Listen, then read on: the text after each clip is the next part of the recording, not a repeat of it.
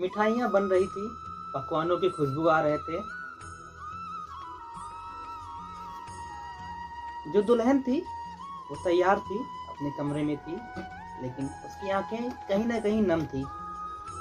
इतने सब होने के बीच में जो दुल्हन की माँ होती है वो दुल्हन के कमरे में पहुंचती है और दुल्हन की आंखों में आंसू देख के वो पूछती है, बेटी क्या हुआ? उसकी आंखों पोंछते हुए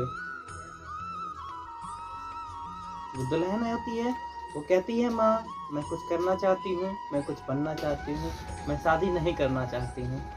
इतनी बात सुनते ही जो माँ रहती है उसके मुँह में आंखों में भी आंसू आ जाता है। कहती है, बेटा मेरा इस घर में इतना नहीं चलता है, और जहाँ तक रही तुम्हारे कुछ करने की और कुछ बनने की बात, मेरी भी बहुत इच्छा थी कि तुम कुछ करो कुछ बनो, लेकिन मेरी नहीं चल पाई। मैं क्या करूँ? अगर आज तुम शादी नहीं करोगी तो समाज में हमारी बहुत बदनामी होगी। अब मेरी इज्जत बेटी तुम्हारे हाथ में है। इतना बोलते हुए माँ रुकी ही नहीं थी कि जो दुल्हन की सहेलियाँ थी वो कमरे में आ गई और दुल्हन को मंडप पे ले जाने के लिए दुल्हन अपने आंसू पोंछते हुए सहेलियों के साथ मंडप को जाने लगी। मेरे इस कहानी का मतलब सिर्फ बस इतना है कि जो हमारे समाज की लड़कियां होती हैं, हम देखते आते हैं कि ज़्यादातर के सपने पूरे होने से पहले उनकी शादियां कर दी जाती हैं, उनको सही से जीने का हक नहीं दिया जाता है। ऐसा क्यों? ये सब सोच से हम लोग को बाहर निकलने की ज़रूरत है।